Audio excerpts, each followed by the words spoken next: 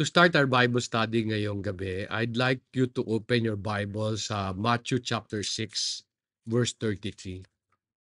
This is a very familiar verse and most of you have memorized that kasi parati itong pinag-uusapan. Matthew chapter 6, verse 33. To start off, let me read my version. Sabi niya, "But seek first His kingdom and His righteousness, and all these things will be added to you." Be very honest with me. When you read this verse, does it excite you? Pero as you read this verse, what comes to mind? What emotions does it bring out? Pag nabasa niyo parang ito yung response ko, not intellectually but emotionally. Sabi niya, seek first His kingdom and His righteousness, and all these things will be added to you. How do you feel? Exciting ba yan? Intellectually, this is nice But emotionally, ano ang nararamdaman niyo? Parang for you to be able to receive the blessing, parang ang laki ng requirement sa'yo. Now, bakit yon? Because in this kingdom, there's a king. Tawag niya sarili niya, king. And so normally, pag may master, parang di ba, whenever my people come, I am the boss. Maski kaibigan kami, there's this discomfort. Magtrabaho yan sila, pati masaya. Pero pag dumadating ako, tumatahimik yan sila.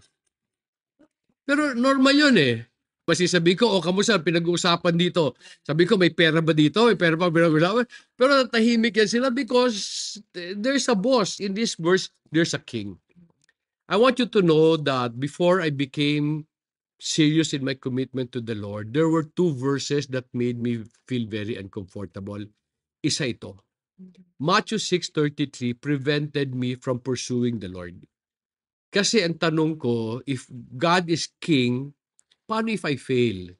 Pag mag-fail ako, baka tanggalin niya ako sa kingdom. Ganun sa boss, di ba? I have a boss when I was in HP. When you fail a boss, merong penalty yon. What if I fail? There's another set of verses that made me very uncomfortable with the Christian faith. And you see that in John chapter 15, verses 5 and to 7. Ang ganda ng sinabi ng John 15:7. Whatever you wish for, it will be done for you. Para siyang Matthew chapter 6:33. Yung dulo. All things will be added to you. But let me read to you John chapter 15 verses 5 to 7. In my version, sabi niya, I am the vine, you are the branches. He who abides in me and I in him, he bears much fruit. For apart from me, you can do nothing. If anyone does not abide in me, he is thrown away as a branch and dries up. And they gather them and they cast into the fire and they are burned. If you abide in me and my words abide in you, ask whatever you wish and it will be done for you. Okay ba ito na concept? If you take the whole context, yan lang ang alam nyo, is it a nice concept? Totoo, posible na idagdag sa'yo lahat. Pero there's also this fear sa verse 6. In fact, I was listening to a pastor, sabi niya, if you do not bear fruit, you will be cut off and thrown into the fire and that would be hell, di ba? I assume that would be hell. So parang ang laki-laki ng responsibility sa atin to be able to perform. Tama ba yon? Ang laki ng responsibility to perform because there is a downside. To a king, there's punishment. To the farmer, pag hindi ka namunga, baka sunugin ka. And so these two set of verses made me feel very uncomfortable about Christianity. Kristiyano na ako nung napangasawa ko si Pichi, na andyan sila Daniel, but I did not really commit myself to the Lord because of these two verses. Natatakot ako. You know, since then, since we came to Bukidnon, I've learned about the Lord in different ways that I realized that we were created to be intimate and to steward His creation. And I saw this verse in a different light already. However, I still ask myself, ano bang ibig sabihin ng to seek first His kingdom and His righteousness so that all things will be added to you? Para sa atin ng mga trabahador, we have this perspective na kanyan, performance yan. Pero if you now go to church workers, Iba ang perspective dyan. Anong perspective ng to seek first His kingdom and His righteousness? O ministry muna, di ba? To seek first is to give up your life in work so that you can pursue the Lord. Ako, meron akong testimony recently. We've lost a very important person because he wanted to become a pastor and a missionary. And unfortunate lang is because he decided to focus on the church, napabayaan niya yung farm. In fact, we are in a mess of farm today. Ngayon ko lang na-realize na akit ako, sasabay siya, pag uwi ko, uwi rin siya to stay in the church. Kasi nagkaroon na ngayon na ang trabaho, iba yan sa simbahan. And so, in fact, ang laki ng mga bali namin this year because wala siya parate. However, ultimately, that's my fault because hindi ko siya nakita. Pero to some people, to seek first His kingdom is to give your life to the Lord and forsake the rest. Ang concern namin ni Loloy, paano siya kakain? Ano mangyayari? However, yun yung sa kanila. Seek first His kingdom. Forsake the world. Ito ba at totoong ibig sabihin ng Matthew 6:33? One, sa atin, takot tayo, baka we cannot perform. So others want to perform, so they give up the world in order to pursue this. Ano ba talaga ang ibig niyang sabihin? Recently, I have been rereading the Bible from Genesis to Revelation. I stumbled on, I believe is the meaning of Matthew chapter 6 verse 33. Alam mo, when Jesus came here, meron siyang sinabi sa Matthew chapter 5, 17 to 18. Basahin natin yan ha. When Jesus was here, He said this in Matthew chapter 5, 17. Do not think that I came to abolish the law or the prophets. I did not come to abolish, but to fulfill. For truly I say to you, until heaven and earth pass away, not the smallest letter or stroke shall pass from the law until all is accomplished. Alam mo anong ginawa ni Jesus when He was here? When He was teaching, do you know that He was explaining the Old Testament?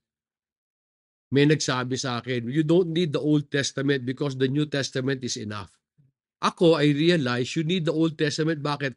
Because Jesus was explaining that.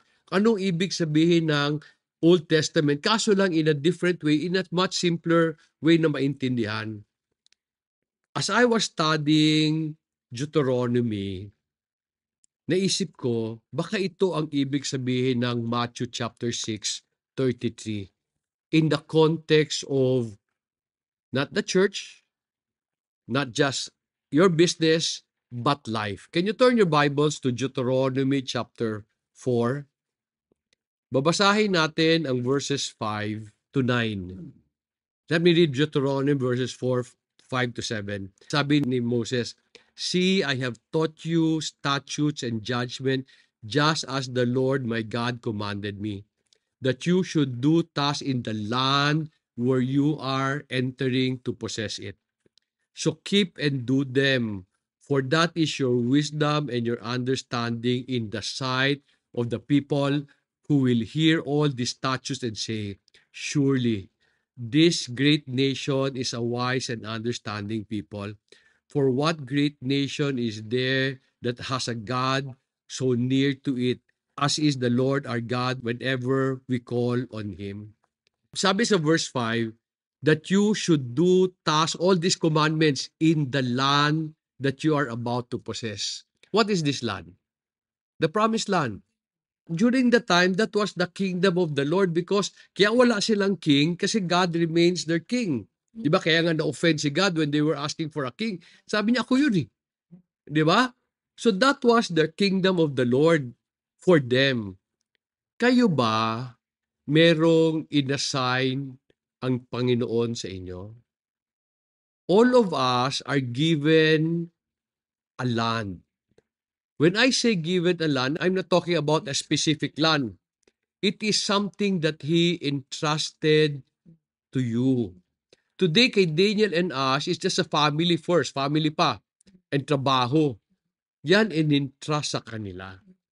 Ultimately, when Daniel is ready, okay, and when I am old, They take over a land that God has given our family. Pero lahat tayo pinagbigyan ng assignment and entrust. And then, binigyan niya tayo ng mga instruction, commandment. Na gusto niya, doon sa responsibility na binigay niya, sundin niyo ako. Unfortunately, some people in the church believe this world is evil. Na kaya lang na kailangan iwanan ng trabaho nila, magsilbi sa simbahan, because this world is evil, this world is corrupt. So, ang tanong ko, is this world corrupt? Ang sagot, yes and no. Anong yes? It is corrupt by the people who live in a corrupt way. Intindihan niyo yun? It is corrupt because people live in a corrupt way. However, if people in the kingdom follow, will it be corrupt? Para bang, for example, sa farm namin, is our farm corrupt? No. Everybody's obedient. Happy sila. Everybody gives tithes. Despite of our struggle this year, alam mo, we've lost a lot of money this year. Pero, ito yung sabi ni Loloy din, ang problema namin, ang dami-dami nag-order, wala tayong baboy. So that means the market is not a problem. Ang production natin, the opportunity. Tapos din, merong isang stall dyan sa market, sabi kay Loloy, ano Loy, palitan ko na ba itong pangalan to, wag nag-guide, Moraya Farms na, baboyan. So that means God has given us favor. However, nagka-problema lang, no? In the land, if we just keep the law, God will bless. God will bless. Bakit God will bless? Why is it important for you to keep the law? Because God wants to use all of us to show the world that there's a better way of doing things. Pinili niya tayo to be His representative. However, sino makikinig sa atin kung tayo mismo gutom? So ang tanong niya, sino ngayon susunod sa'yo pag gutom ka? Pag yung nagtuturo gutom, sino susunod sa'yo? Sabi ng Matthew 6:33, seek first His kingdom and His righteousness, so that all these things will be added to you. When will all these things be added to you? If you seek, kailan? Kung kailan mo sinik yung kingdom, so that means even today, if you seek that kingdom today, all these things will be added to you. Now, why would God want to add all good things sa inyo? Now, can you go back to Matthew 6:33? Why would God want to give all good things to you? Matthew 6:33. This time, basahin natin 32 and 33. My version says, Matthew 6:32. For the Gentile eagerly seek all these things, for your heavenly Father knows that you need all these things. But seek first His kingdom and His righteousness, and all these things will be added to you. Kanina, when we read Matthew 6:33, God is king. You are slave. You need to perform. This time He is Father. Do you need to perform for a father? Parang ganito I hope si Daniel will not be offended. Si Daniel ba kailangan mag-perform para tratuhin ko siyang anak ko? Hingan ko ba si Daniel, dapat din ito nagawa mo para sa akin Maski hindi mag-perform si Daniel, anak ko pa rin niya. Now, I hope Daniel will understand this. I am preparing the farm for him kung kailan siya ready. Kung hindi pa siya ready, hindi ko rin siya ipipilit. But do I have to tell Daniel, gawin mo muna to bago ko ipasa. Whether gawin niya o hindi, anak ko siya. Diba? Kay God ganun din. We do not have to perform. However, ano ang joy ng isang tatay sa mga anak niya? Lumaki sila ng maayos. Pero paano sila lumaki ng maayos? Paano lalaki ng maayos ang anak? Automatic ba yon? Paano lumalaki ng maayos ang anak? Ading, tatay ka na. Ano ang joy mo kay Jillian? Lumaki ng maayos. Paano lalaki ng maayos si Jillian at saka si Kaden? That they do what you say. Diba? Bakit? Tuturuan mo ba sila ng masama? Pero darating ang panahon, isipin ni Kaden and ni Jillian, yung tinuturo ng tatay niya, Masama because that's normal. Lahat naman yan nangyayari. All children will at a certain point rebel. Pero walang parent na will give bad instruction. The reason you give good instruction so that they will grow up well, ang joy ng magulang, that the children will obey. Because if they just obey, it will go well. But children do not have to perform. Naintindihan nyo? Matthew 6:33 saying, God wants to bless all of us. Kasi gusto niya tayong ipagmalaki. Not as slaves, but as children. Na gusto niya sabihin, anak ko yan. Ako yun ang gusto ko sabihin sa mga tao, anak ko yan. Si Denise, si Daniel, si Ash, anak ko yan. And even if they don't have to perform, I will help them become who they should be. At least kung ano kaya ko. So kung babalik tayo doon sa Deuteronomy chapter 4, verses 8 and 9. Okay, let me read my version. Deuteronomy 4, 8 to 9. Or what great nation is there that has statutes and judgment as righteous as this whole law which I am setting before you today? Only give heed to yourself and keep your soul diligently, so that you do not forget the things which your eyes have seen, and they do not depart from your heart all the days of your life, but make them known to your sons and to your grandsons.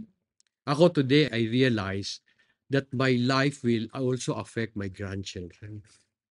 So it is important for me to continue to be faithful. Kasi hindi lang ako ang makikinabang pag naging obedient ako. Pati ang anak ko, pati na si Caden. Di ba today we are asked to make disciples of all the nations? Di ba? Today, many Christians have a hard time sharing the gospel, making disciples. Bakit? Hindi makita sa buhay nila in a practical way. Diba? If we give up our job so that we can be hungry for the Lord, sabihin nila, why will I follow you kung gugutumin ako ng Diyos mo? Sabi ko sa inyo, God created us to be fruitful. Now, why does God want us to be fruitful? So that we can be a blessing to other people. Ano nangyayari when you find someone who would want to bless you? What will you do? Di ba you want to follow? So the power of our testimony depends on the life that we will have. And sabi ni God, seek first His kingdom. Realize that whatever you have, God has given as your garden or as your land. In that land, obey Him so that you give Him the right to bless you. And then when He blesses you, He does not bless you only so that He will bless you. Kasi gusto kanyang ipagmayabang. Gusto niya sabihin sa mundo, anak ko yan. Di ba? Anak ko yan. He is my reflection. Maganda yon na God would want to bless you. Di ba? Gusto niyang malaman ng mundo kung sino siya. But He cannot do it on His own. He needs us to be the model or to be the example. Di ba galing, no? Matthew 6:33 should not scare you of your relationship with the Lord. It should excite you. Kasi pagmamayabang ako ng tatay ko kung obedient. Kung suwail anak nyo, he's a reflection of you also. Pagmayabang nyo, hindi. Of course, hindi. Di ba? Kasi it will be a bad reflection. Pero anak mo pa rin. To just end, I'd like to explain to you why today I like John chapter 15 verses 5 to 7. I will read again, Sabi ng 5, I am the vine, you are the branches. He who abides in me and I in him bears much fruit, for apart from me, you can do nothing. If anyone does not abide in me, he is thrown away as a branch and dries up. They gather them and cast them into the fire, and they are burned. If you abide in me and my words abide in you, ask whatever you wish and it will be done for you. If you do not perform and bear fruit, will God take you away? So let me change my question. If you do not bear fruit, will God cut you off? Alam mo ba ang ibig sabihin ng verse 6? Ikaw nag-decide to cut yourself off. Ikaw ang nag-decide hindi mag-abide, kaya hindi ka mamumunga. Then I understand that. Ang paniwala ko noon, if I do not bear fruit, puputulin niya ako. Ang sinasabi ng verse 6, pag hindi ka nagstay, pinutol mo sarili mo. Talagang hindi ka mamunga kasi pinutol mo sarili mo eh. Now, what is the concept of abiding? The concept of abiding is staying put, staying close. A branch does not have to work because as long as the branch is connected, the branch will automatically bear fruit. So sabi sa akin noon, pag hindi ka nag-bear fruit, tatanggalin ka ni God. Pag nag-abide ka, automatic ka na magbe-bear fruit. Di ba simple lang, di ba? You stay and you obey. Now, ano ibig sabihin ng abiding? Look at verse 10. Sabi ng verse 10, if you keep my commandment, you will abide in my love. Just as I have kept my Father's commandment and abide in His love. And then verse 5. Ano sabi ng verse 5? I am the vine and you are the branches. He who abides in me and I in him bears fruit. Automatically bears fruit. Ano responsibility natin? To stay through obedience. Pag mag-obey tayo, automatic ang fruit. Hindi siya pinaghihirapan.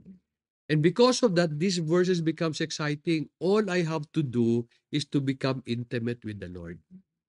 Ako, I have a lot of struggles today. Talaga dami kong problema this year talaga. And while I struggle with my quiet time, I still do my quiet time. There are mornings I wake up talagang ayoko mag-quiet time. Alam mo, I can, di ba, magmukmuk ako sa lahat ng problema ko and magtampo ko kay God. On the other hand, sabi ng Bible, if I focus on what is good, focus on what is right, focus on what is perfect, then I will protect myself. So I do that even as I struggle. And I am hoping that as I continue to do that, God will put all things in order. Okay kami, marami kami opportunities today. Do you know that we supply the hog meat of Grand Caprice today? Oh, amin yan. Okay? Amin ng Grand Caprice. Tapos, one time, nag-deliver kami. Pagkatapos, meron siyang conflict na kinukuha lang na isang portion, hindi lahat. Sabi ko, ma'am, hindi ko kaya gawin yan. Huwag na lang kami mag-supply sa inyo. Sabi niya, okay lang sir, yung portion na ayaw mo i-supply, kami nang bahala dyan. Huwag ka lang umalis. Can you imagine what favor na ayaw kang paalisin, di ba? That must be the Lord. Dati, ang hina namin dyan sa market na yan.